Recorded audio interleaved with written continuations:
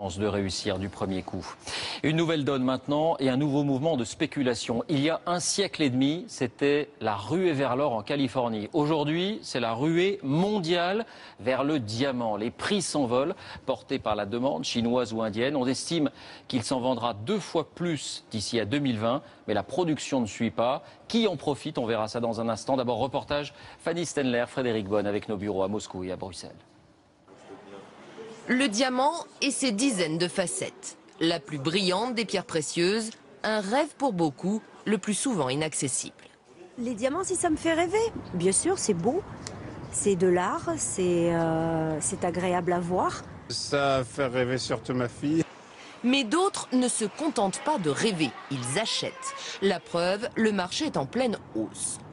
D'ici 2020, selon les experts, la demande de diamants devrait doubler à raison de 6% de croissance par an. Dans le même temps, la production, elle, n'augmentera que de 2,8%. Ce n'est pas le même rythme. L'offre est largement inférieure à la demande, ce qui occasionne une situation de pénurie avec des prix qui s'envolent. Les plus gros acheteurs, et c'est nouveau, on les trouve dans les pays émergents, notamment ici en Russie. Au salon du milliardaire, les parures rivalisent de taille. Il faut dire que les arguments de vente dans les bijouteries de Moscou sont imparables. Vous savez, l'âme russe est ainsi faite. Quand les hommes font ce type de cadeaux au prix élevé à leurs femmes, c'est ainsi qu'ils montrent leurs sentiments, mieux qu'avec des mots. La hausse de la demande, c'est ici à Anvers, en Belgique, dans le quartier des Diamantaires, qu'elle est la plus visible. Dans ces rues ultra sécurisées, nous sommes au cœur d'un marché de plus de 30 milliards d'euros par an. Dans cet atelier, on taille et on expédie les pierres.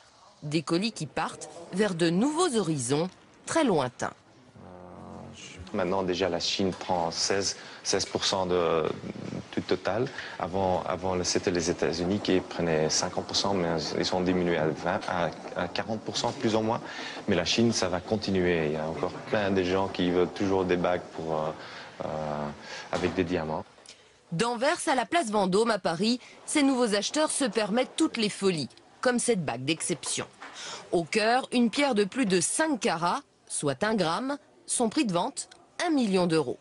Des pièces qui risquent de devenir de plus en plus rares dans les années à venir. Les marchandises sont de plus en plus difficiles à trouver, car qu'est-ce qui est difficile aujourd'hui à trouver? Ce n'est pas réellement le diamant. C'est le diamant dont nous avons besoin dans notre métier, c'est-à-dire les diamants de très grande qualité. Et aujourd'hui, les joailliers espèrent que de nouveaux gisements seront découverts pour continuer à alimenter le marché. Bonsoir Jean-Paul Chapelle, vous nous avez rejoint. Alors qui profite de cette flambée? Quels sont les pays producteurs de diamants aujourd'hui? Bien, David, cette production de diamants dont la valeur est en train de flamber, c'est une véritable poule aux œufs d'or pour un petit pays, le Botswana, que vous voyez ici au-dessus de l'Afrique du Sud, à lui tout seul, 22% de la production mondiale, suivi de près par la Russie, le Canada et aussi, bien sûr, l'Afrique du Sud. En matière de commerce, là aussi, c'est en train de changer. Le diamant se négocie encore à Anvers, en Belgique, place historique, 36% des ventes, mais Anvers est en train d'être détrôné par Bombay, en Inde, qui ambitionne de devenir la capitale du diamant, sous la pression de la demande locale, et Tel Aviv est la 3e place. Voilà, nouvelle donne donc. Est-ce que le diamant devient, comme l'or, un objet de spéculation et d'investissement? Oui, c'est désormais une valeur refuge. Production stable et une demande qui augmente. Ceux qui ont investi dans l'or et veulent se diversifier, eh bien, ils achètent du diamant.